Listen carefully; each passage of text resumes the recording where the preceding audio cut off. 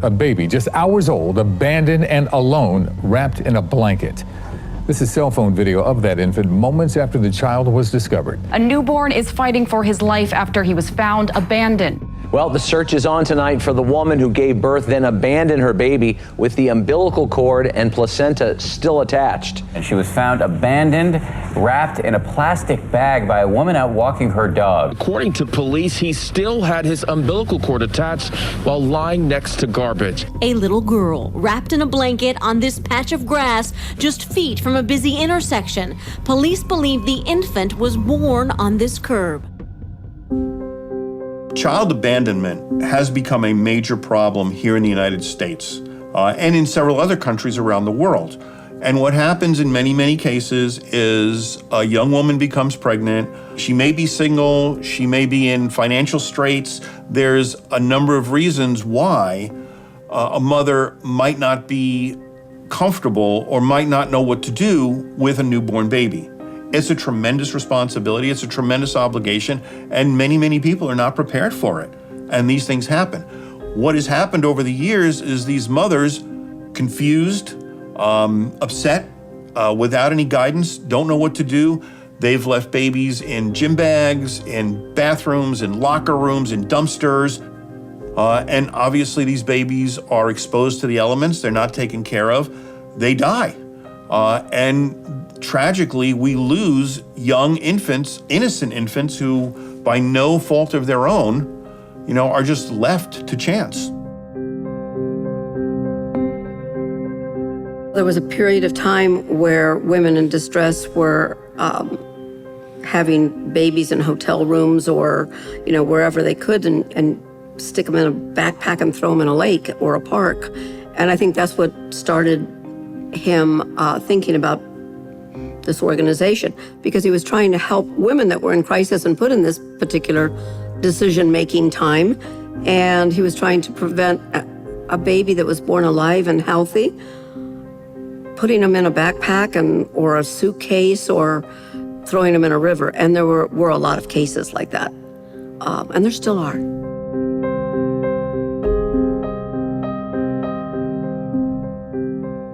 The stories that you hear are mothers that are, homeless.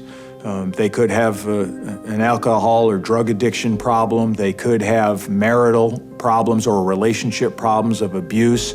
They could just be downright poor. Or it could be as simply said as they don't want the baby for a number of reasons. And I don't know that you can label any certain formula that puts somebody in that position. But the great thing about Nick is he doesn't judge anybody. He's there to help. He's there to help the mother and the child. And that's the most important thing. And he has told me that numerous times. You can't let your emotion of judging that person's position. If I was driven to that position, I could only hope that there's somebody like a Nick Silverio out there. These women have become trapped. They become trapped into believing that if they were to reveal the pregnancy, they would be abandoned, that they would be shunned, that they would bring disgrace and dishonor to their families, that no one would be there to support them, that they have nowhere to turn.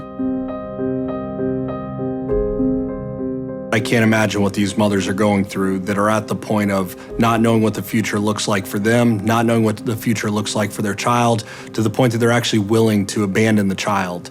I can't imagine the stress they're feeling, the concern they're feeling, and I think Nick is that light, right? That entire program, the charity, the foundation is saying, come to us, we're gonna take care of you, we're not judging you, we're helping you. We wanna make sure that you're healthy, we wanna make sure that you're happy and taken care of, and we wanna make sure that the baby is taken care of as well. Becoming a parent is very difficult in and of itself, even if you are ready. And knowing that there are young women out there that are not ready and are scared is just unimaginable. And knowing that you're not prepared is the first step in admitting, that you're not prepared and that you're seeking help for it. One of the first things I asked him, how can somebody do that? How can a mother abandon their child? And at first I couldn't understand it. I would say, what many people say to me, how can somebody do that? And I've learned through Nick's loving understanding and his huge grace, these people don't have family, for religious reasons, so many reasons that you don't even cross your mind. Circumstances that people have, with drugs and abuse and lack of so many things that we take for granted.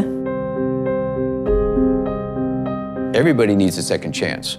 And these young ladies who are put in these situations need a second chance in their life.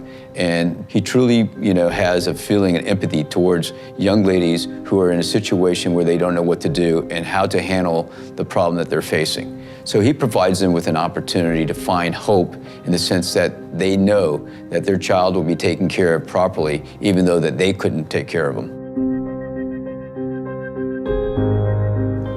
To quote Mark Twain, the two most important days in your life are the day you are born and the day you find out why. I found out why. Hi, everybody. Welcome back to Newsmakers. Child abandonment is a very emotional issue. This hour's Newsmaker is Nick Silverio, founder of a safe haven for newborns. It's a program that lets a new mom abandon her newborn at a safe location, no questions asked. Since 2000, 131 babies have been surrendered to Florida's Safe Haven for Newborns. This year, a total of 23 babies have been abandoned in Florida.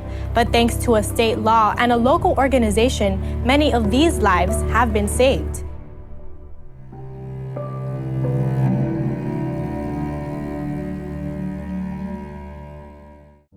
I was born in Madison, Wisconsin, and at the age of 6 months old, moved to New York, and at the age of 8, we moved down to Miami, Florida.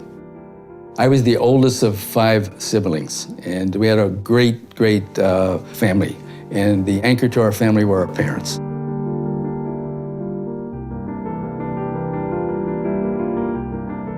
My father was the compass to my family. Always told us to do the right thing for the right reason, and he did that by example. My father taught us life lessons, and the life lessons are always do the right thing for the right reason, always be kind to people, help people in need.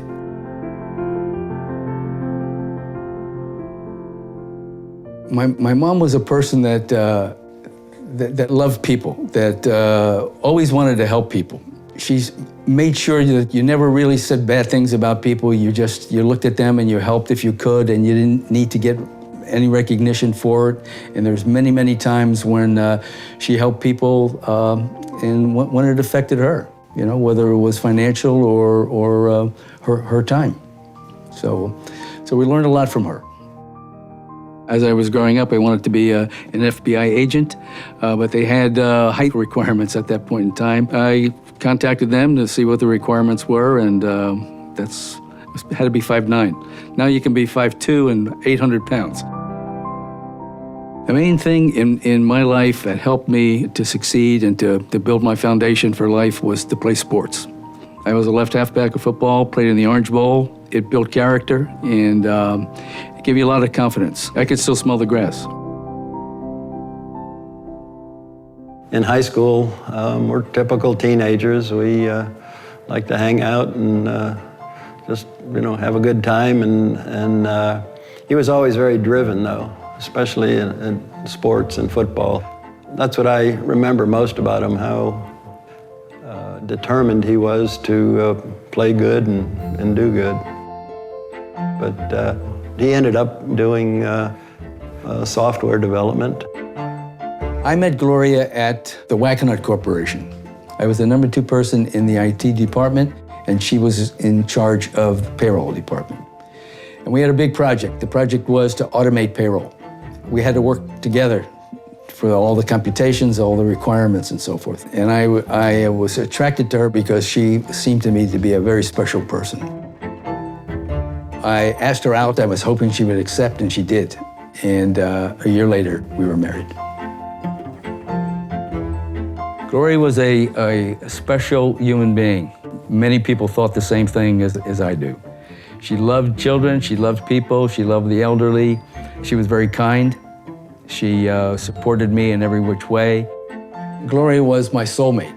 Gloria was a person that I could rely on, a person that I can confide in. We loved each other and we knew that, and it was unconditional.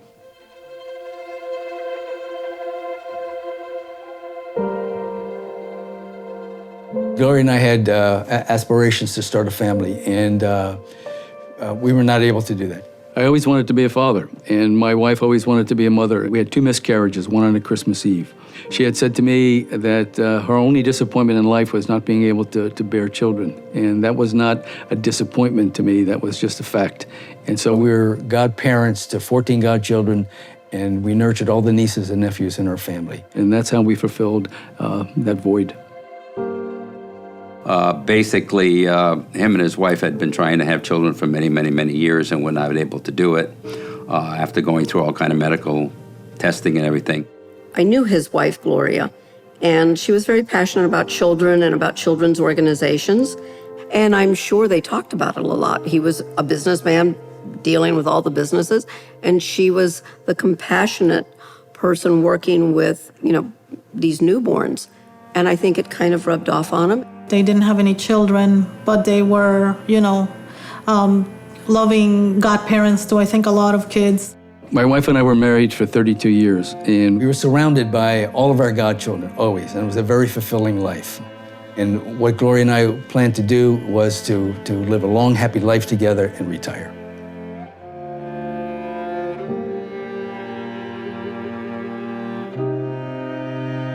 It was around Christmas time, and Gloria loved Christmas. She loved the presents, she loved the cooking, she loved the family getting together. She just loved the spirit of it. And one day, she asked me to come home early to decorate the outside of our house, which I did. The next morning, I kissed her goodbye, told her I loved her, and drove to the office. At around noontime, my secretary called me and said, the hospital's on the phone. They want to speak to you. So I got connected to the hospital. They said, are you Nick Silverio? I said, yes, I am. And the operator said, I'm sorry to tell you, but your wife's been involved in a car accident. I hung up, I got into my car, and I sped through the streets to get to the hospital. On my way, I was praying to the Lord to save Gloria. If she was going to be incapacitated, I would take care of her for the rest of my life. When I got to the hospital, the doctors gave me the impression that they were going to save her. That's the impression that I had. The next thing I knew, the doctor came in and told me that Gloria was on life support and I needed to make a decision. And I told them that I would not make that decision until my father came and we would pray. And I would let them know at that time. So my father, the priest, came and we started to pray. And as we were praying, I heard Gloria's voice, and she says, I'm okay, honey, I'm okay. And that was a message to me that I could make that decision. So we then told the doctor that they could remove the life support, and 5 minutes later, she was gone.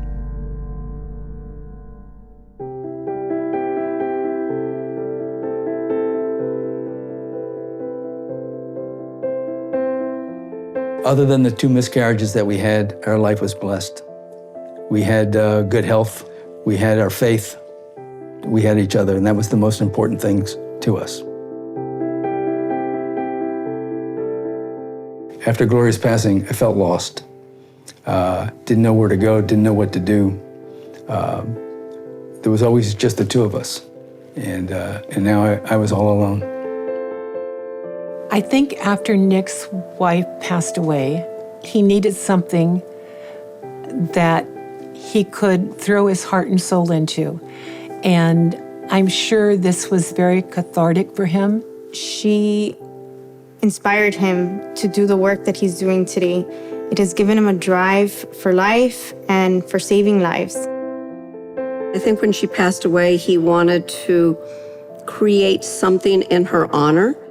He took that grief and that dream that his wife had and that love for kids and the love that he had for children. And I know that he felt inspired by the grace of God. I feel that that's a mission that I guess God put on his hands and in his mind. It shows his resolve and his sincerity. So I feel blessed and lucky to have met him and to have learned that huge life lesson from him. Here a man denied the ability to have his own children, losing his beloved wife, somehow was able to become resilient after mourning these losses and find a way to channel that emotion into saving the lives of others, which is really incredible.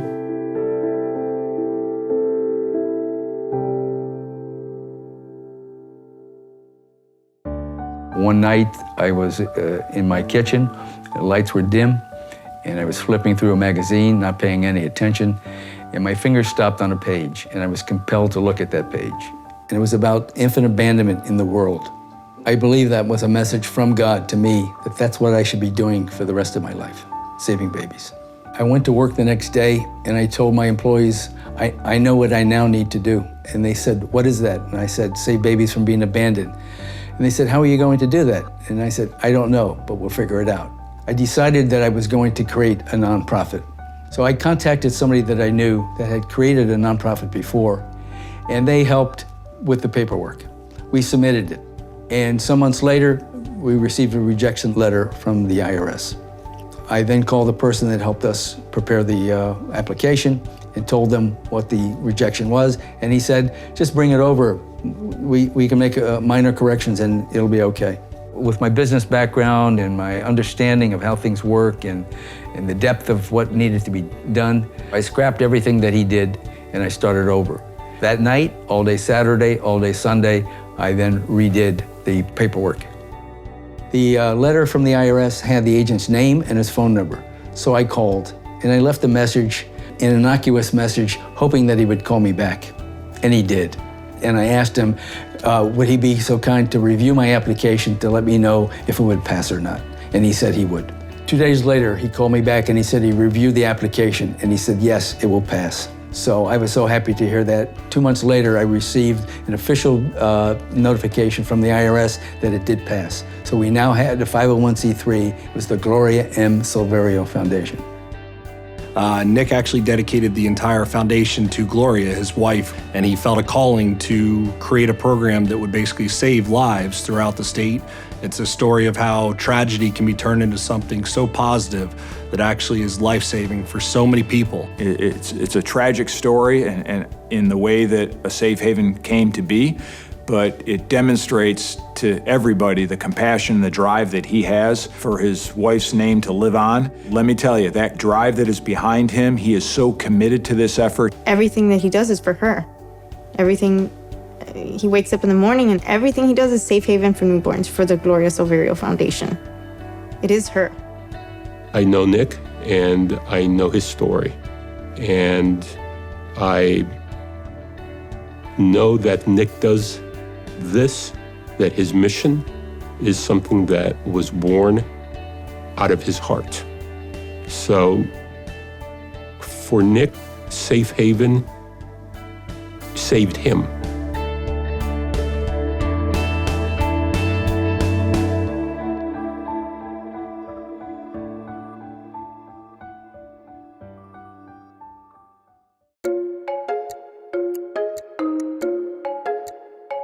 I met Nick, I want to say it was in 2001, when Nick came to our office when I was at the State House in Hialeah. And he came, we had a cold call meeting, and he showed up one day and tried to talk to me about Safe Haven for Newborns.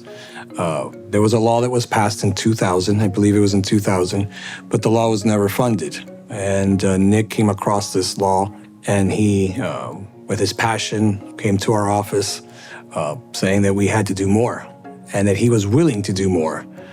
He just needed a little bit of help and direction from the state. There is a law on the books that is called the Safe Haven Law, and most states have it. And that law initially allowed for a mother to drop a baby off that was 3 days old or less without any questions. Through working with Nick Silverio and Safe Haven, we were able to push that to 7 days or a full week. And it's that law that drives the Safe Haven organization. What happens in the legislature, what happens in government a lot of times, you have laws that are passed, good, bad, or indifferent, however you want to see it. In this case, there was a great law that was established, the rules and parameters as to how mothers can surrender a child without having any legal action taken against them. So yes, the law was in the books, but there was no marketing dollars that were put behind to educate individuals about this law. So Nick took this challenge on. He started this program as an advocacy so people can know that this law exists. And then from there, Safe Haven for Newborns came about, and now it's not only just about educating and informing individuals about the law, but it's about helping mothers who are in desperate situations. When I met Nick and I realized his mission, it was so important and he was so committed. You know, if you think about it, he was by himself most of the early years without an infrastructure, but his perseverance and to do what's right and to knock on doors, he was on a mission. And that type of behavior in human beings are very rare in life. Nick is the type of person that he gets an idea, finds out how to do it, and then is dedicated to getting it done. There's no stopping him at that point. So once he gets the idea and finds out that it really needs to be done, he's going to do it. It's a grassroots effort. He clawed his way to where he is today with no one else working except himself. It was just his idea, his passion. He knew it was going to work. Newborn abandonment. Unfortunately, it's a thought that comes across the mind of a young mother in crisis. In recent years, several Florida mothers have turned that thought into action. So Nick Silverio made it his life's mission to provide an alternative. A Safe Haven for Newborns plays a critical role in protecting potentially abandoned babies. Going back several years, we had a real problem here in Florida with babies being abandoned. That inspired Nick to create this program that allowed mothers who wanted to give up their babies without threatening them, without endangering them, to bring them to fire stations where the baby could be left in protective hands, no questions asked, anonymously, and the baby would then be secured and protected. So initially, we worked through the Florida Fire Chiefs and the State Fire Marshal's office to allow for babies to be brought to any fire station, any staffed fire station, and turned over to someone within the fire station. And then there's a process that we follow once the baby is in our possession.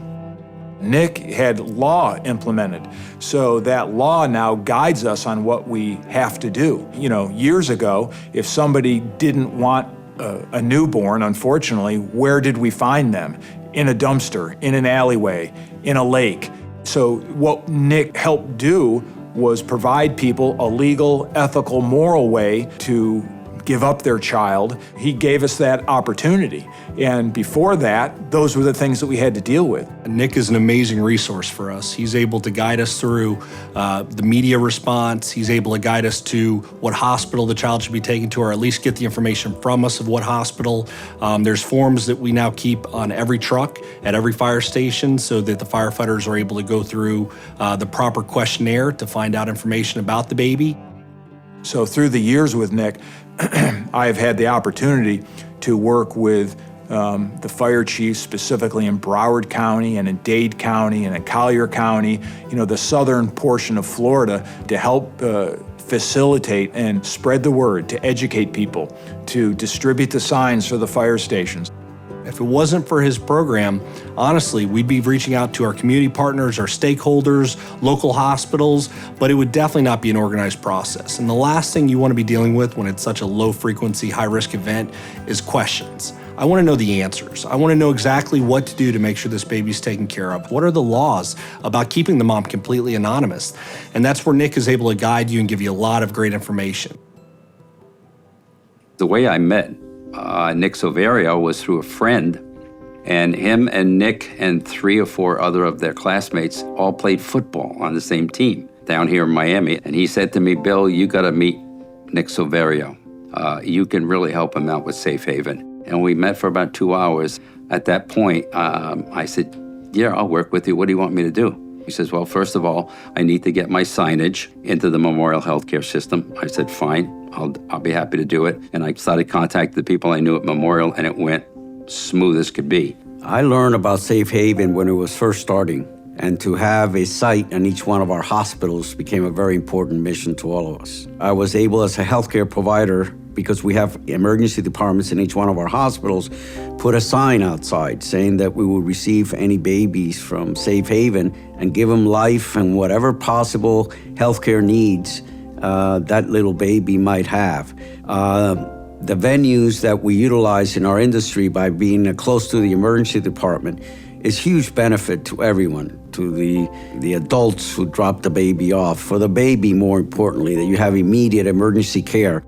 By the reputation of the foundation, we have been able to expand those sites so that the community have more access. So as a healthcare provider, it becomes even that much more of a partnership with his mission. And he's always looking for ways to find contributions and access different hospitals. That's a very strong characteristic of someone who means well and is a good human being. He's also a people finder, I think.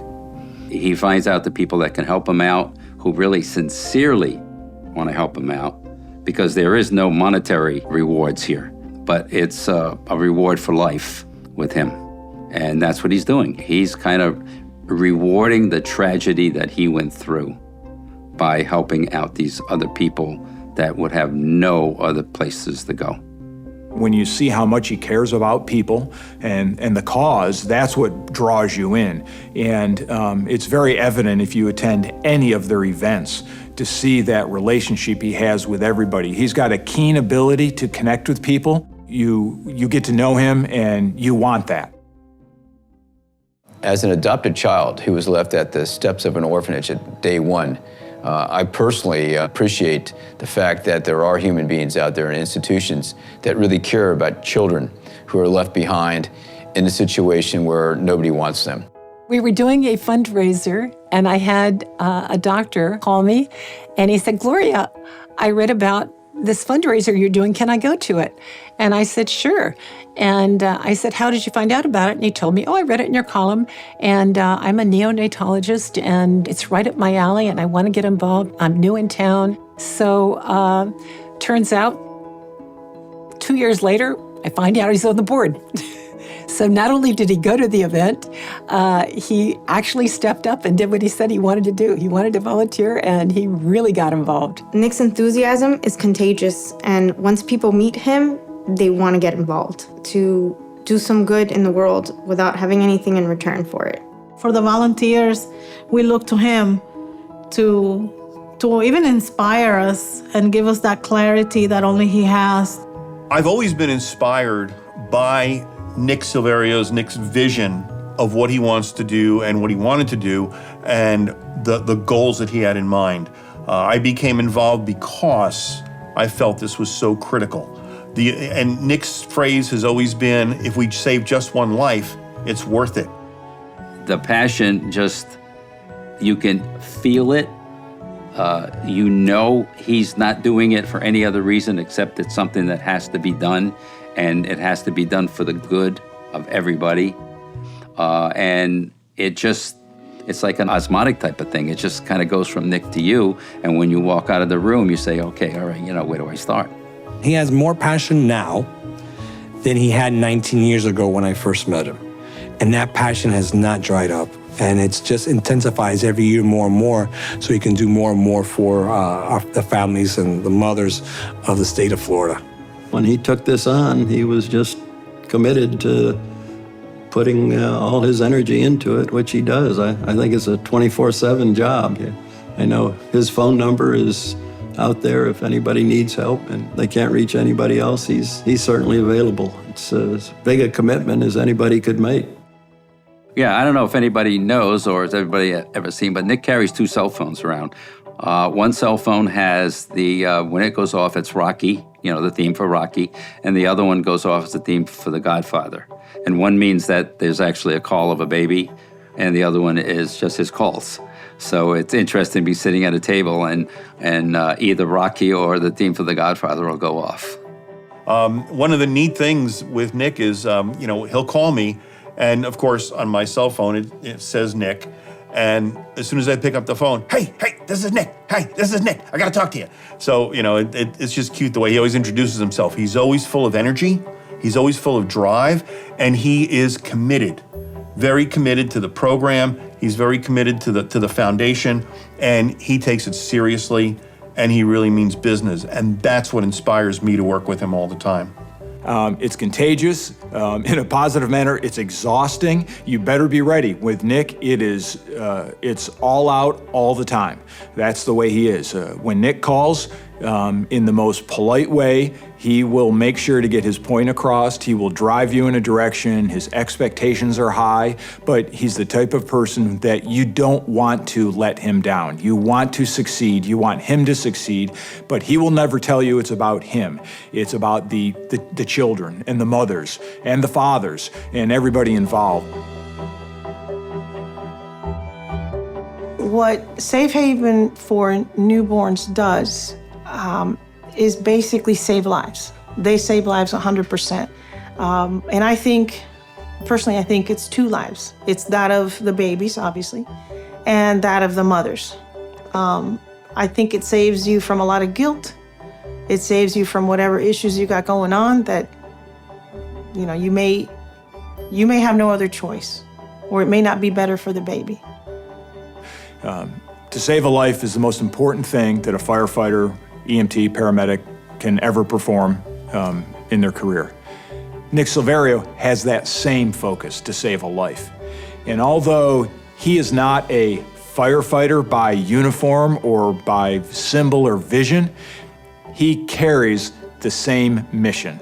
And I believe that that is what makes that bond between Nick Silverio and a Safe Haven for Newborns and the fire service so special. Same mission, we just wear a different uniform. He is naturally part of the fire service. He's integrated into it, and the Florida Fire Chiefs and the Florida Association of PIOs embrace Nick and embrace a Safe Haven for being part of that brotherhood, part of that family. A lot of firefighters through the interview process will tell you they want to save lives. Throughout my career, I've learned that you're not going to save a life every day, but you are going to help a lot of people. So the true calling of a firefighter is to help people. That's just like Nick. Nick not only is helping people and helping young mothers, he's helping the family, and he's helping that baby get that second chance at life. So on September 11th, it was a Monday, and I was at Station 11 in Carroll City. We got back from the store. We were buying dinner. We see the first tower had already been hit. And we're watching it, and we're just in awe, and nobody's saying anything. As a firefighter, all we saw was the tragedy that unfolded. And we went about our day just in shock. We get 2 days off after that. That third day was the 14th. It was a Thursday. And we were all still talking about it. We were all still in shock. Lunchtime, around 11-ish, 11:30, we get this knock on the door. And there's a young lady with an infant.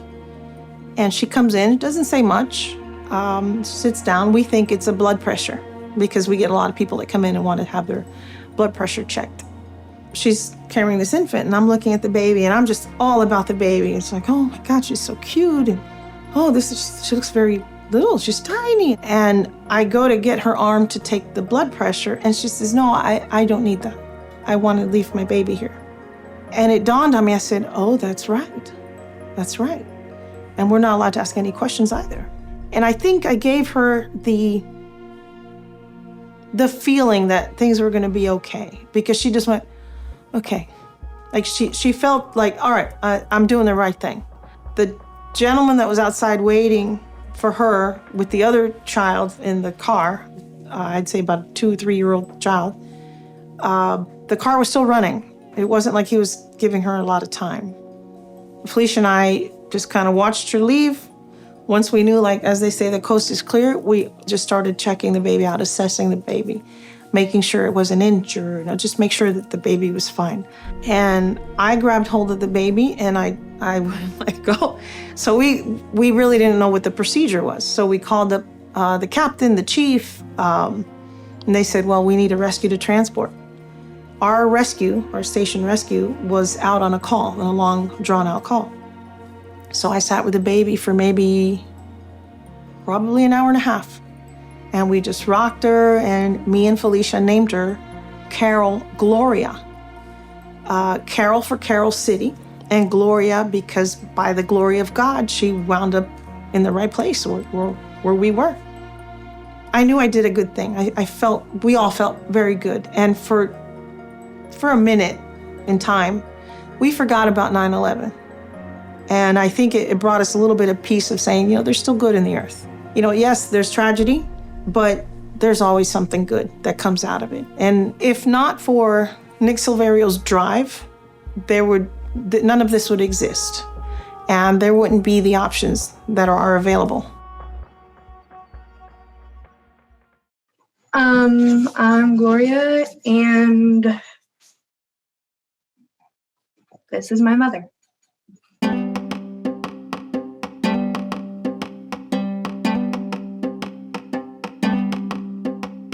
My husband and I had yearned to be a forever family, and I had fostered for several years and had to give the children back.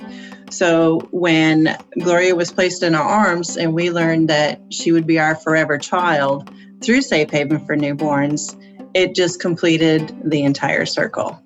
I know that my birth mother loved me, but if you can't take care of someone, if you know that you are not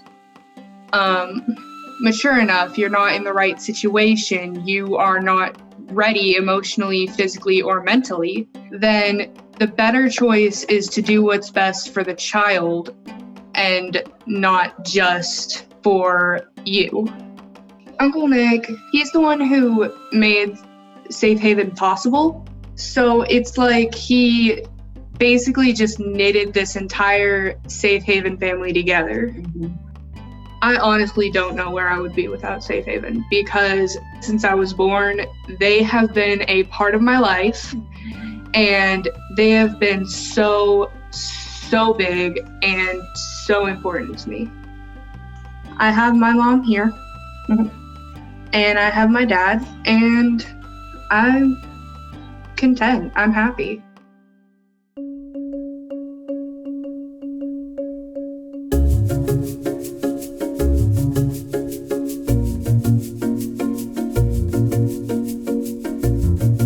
Hi, my name's Christopher Terrell. I'm in high school. I work at the mall, and I met Nick when I was really, really young. I don't quite remember, but I was a baby that Nick saved. So when I was a little kid, I saw myself just doing kid stuff, learning a lot of new things, because I was always told, when you're an adult, you're gonna wish you were a kid again. I work at Cinnabon in the Wellington Mall. So I'm a baker / cashier, and just kind of focusing on my grades, putting the last finishing touches on my graduation and things like that. It's actually my first year in an acting class, so that's cool. Learning film, about cameras, audio, things like that. I like being in that environment with a bunch of people behind the cameras and really just taking in, new experiences. So in the future, I see myself going to college to continue studying acting. It's something that I want to do while I'm young, but in the long run, I do have an entrepreneurship sort of drive, or the drive to become an entrepreneur. I see actors and musicians who have branched off to their own brands, and that's kind of where my head's at. That's the main goal. So I see how Nick inspires others and rallies others and brings them together, all to achieve a common goal. And I've taken that and I've kind of used it for myself in order to remind myself that I can achieve the goals that I set out to achieve. A lot of the reason for where I'm at now is because of Nick. Firefighters being brought a baby that's days old, sometimes hours old, is intimidating for them too. So it's very important that all firefighters throughout the country are trained on the proper steps that need to be taken to make sure that 1, the mother's staying anonymous, 2, that the baby's being taken care of, is happy, healthy, and making sure that we know that PD is not involved. I have literally been at 2 o'clock in the morning in Collier County in Naples. The phone rings and it's Nick. Kingman, we have an abandoned child given up at the hospital. You know, I need you to do this. I remember one case specifically. Nick was out of town, and I was in the office, and a mother gave birth, and the hospital called and said the mother left. That she just walked out of the hospital, and we have this child, and we know it's a Safe Haven baby, and I need somebody to pick up this baby.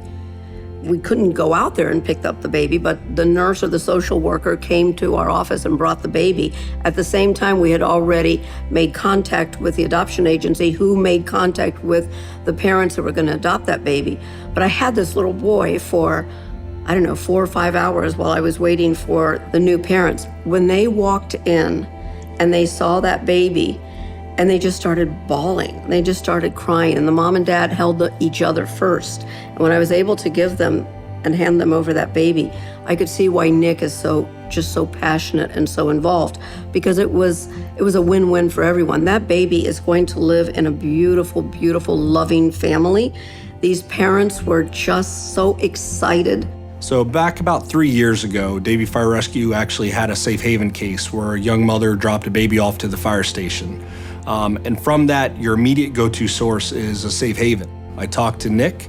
Nick was able to guide me through the whole process. He was able to explain everything to me. He was completely reassuring, and the biggest message he asked for me to keep relaying was what a gift this was that the mother was doing for the child. And that really stuck with me. Through all the media, all the interviews that we handled, it really was the biggest takeaway message, was what an amazing gift it is for the mother to give the baby this second chance at an amazing life. So as a follow-up to that, Nick actually called me and said, hey, I really want to try and spread the word. I need everybody, really across the planet to know about Safe Haven. And we contacted him for an article through an EMS magazine that went nationwide, just trying to help spread the word.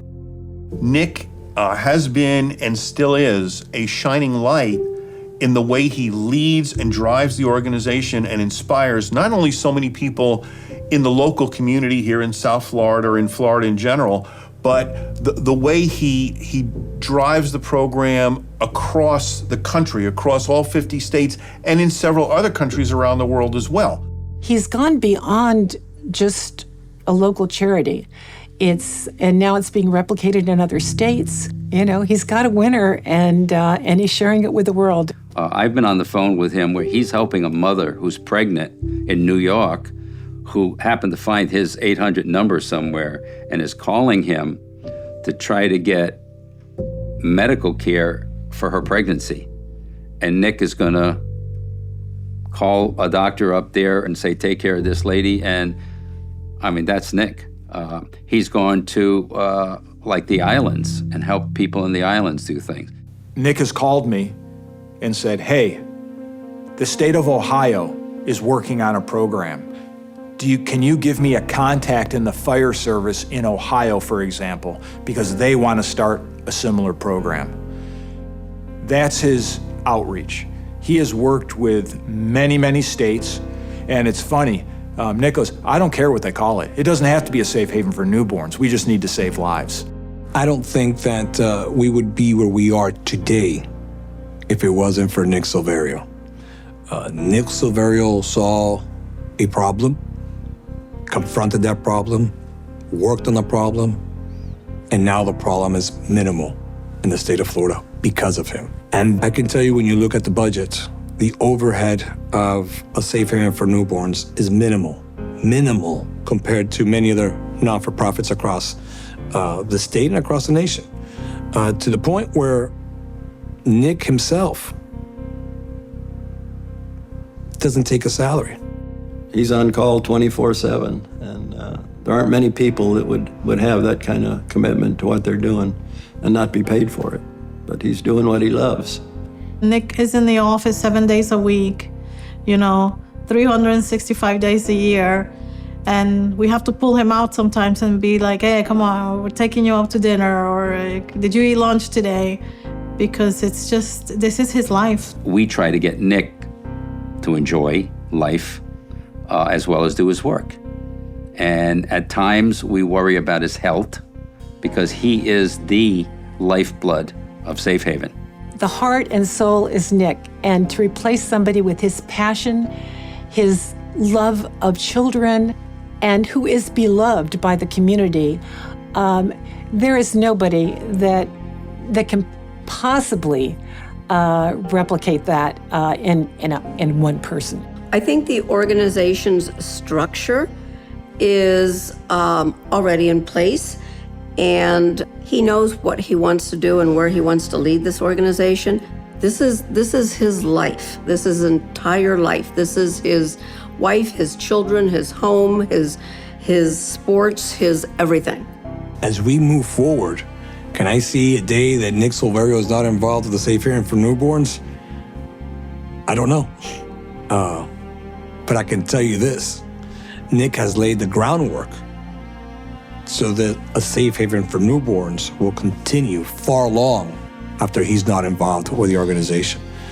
And that just talks to the character of the man, that it's not about him. It's about the organization and about ensuring that we save souls and babies in the state of Florida and across this nation. Nick is loved by all, and he has touched so many lives. He really is a unique person that you want to be a friend with. Every child calls him Uncle Nick. He's their go-to person for, I think, life. They see him as that symbol of that second chance that they were all given. He can tell you about every child that he's saved. He can tell you their full story, where they're at today. It's really powerful to see him interact with them and to hear them call him Uncle Nick and come up and give him the big hug and really, feel connected to him. He really got his name from one of the first babies that he rescued. And she ended up calling him Uncle Nick because he was really more family than anybody she had at the time. And to this day, all these years later, she's a young woman. She's successful. She's done well. She still refers to him as Uncle Nick. There's 2 kids that Nick helped early on, are teenagers now, and they're amazing individuals, very gifted people that I'm sure are going to make a difference in the world when they're adults, and they're making a difference in the world now. And they know their story. They love their birth mothers, and they're so grateful and so appreciative of the parents who adopted them. I think Nick is the kind of individual who lives through his good deeds. I think he exemplifies some of the best characteristics you'd want to see in a human being: kindness, generosity, giving of himself to others, full of charity and love. And because of that, he has found a mission that fulfills him. I think he has found his purpose. To me, he's like the Mother Teresa type individual. I mean, just do anything he can for them. And you can see it right away. All you got to do is meet him for 10 minutes, and you know right away that this man, it's not a job, it's a mission. It's his life work from now on. I think Nick is an amazing person. I think that the work that he does is incredible, and the fact that he has so much energy to keep going is unmentionable, really. And it inspires me to want to get involved and want to be better and want to continue the legacy that he's built. Nick Silverio is one of the most special people I've ever met. He's a leader. He's a tremendous role model. Everything he's done it from his heart. Gives 100 and 200% of himself to this cause. And he's an angel on earth. He's very well respected in South Florida and in all the markets that he's at. And it was a field that he didn't know anything about. This is something that was new. He learned, but he knew that there was a commitment that he needed to take on in order to do something right and good for society at large. As much as this has grown, his effort and his commitment, he tells me stories of oh, I received a call from a mother who was expecting in several months, who was already thinking about giving up that child, and so I'm working with her now, sort of planning that. And that's pretty remarkable from how it started to now they're reaching out to him for, I'll say, counseling and guidance through those processes. And that's pretty amazing. And that's his conviction and his compassion and what makes him so special. Nick can empathize with each and every woman because he knows what it is to have suffered a loss, a tragedy, a hardship. And when you're kind and caring and giving, you can put yourself in someone else's shoes and imagine what they must be going through. Safe Haven is an amazing place because of Nick. He truly, has a feeling and empathy towards young ladies who are in a situation where they don't know what to do, and you have two lives that are affected directly, the mother and the child. And so both of them need to have a second chance in their life, and Safe Haven is that opportunity. He's always thinking, how am I going to help young women in crisis? How can I bring their life and make it a little bit better? How can I make this a win-win for everyone? For the mother, and if she needs some types of counseling or just a little boost to help her get going, Nick is there for that mom.